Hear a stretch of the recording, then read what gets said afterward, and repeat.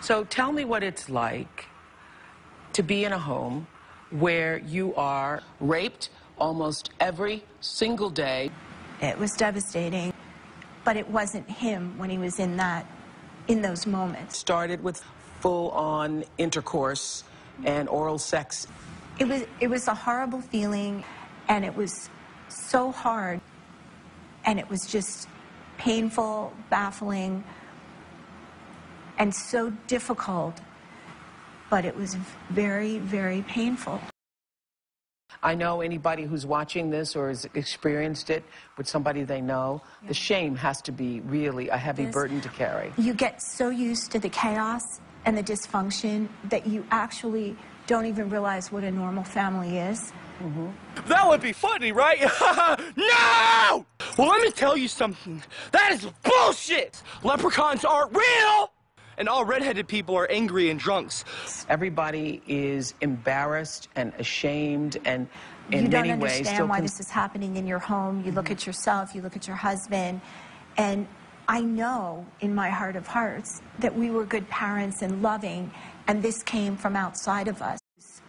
But ultimately, the medical community, that was what they had to offer, was drugs. Was drugs. Was drugs. Oh, it's but you had to do what you had to do in order to try to bring some calmness. There was no other, and I'm not convinced it brought calmness at all. I think that's a really important point, and I think the biggest point is, and then the reason why you're here, is to bring this out of the closet.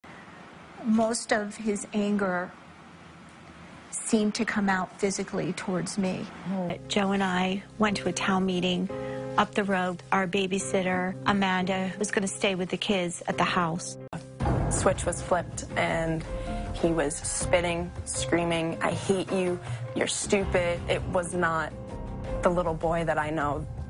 It was like straight out of a horror movie. Made the phone call. We jumped in the car.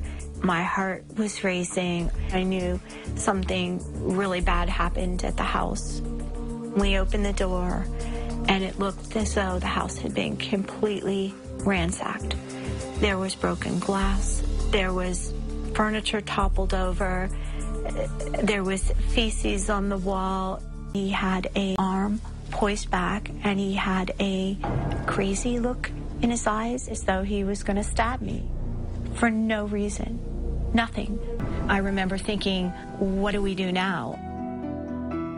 I was just curious because when I was reading about this story and I heard about the babysitter, I was surprised that you all would leave him with a babysitter. If this family was to ignore that there was a problem with this child and that child grows up, God knows what happens. Do you ever feel like you failed as a mother?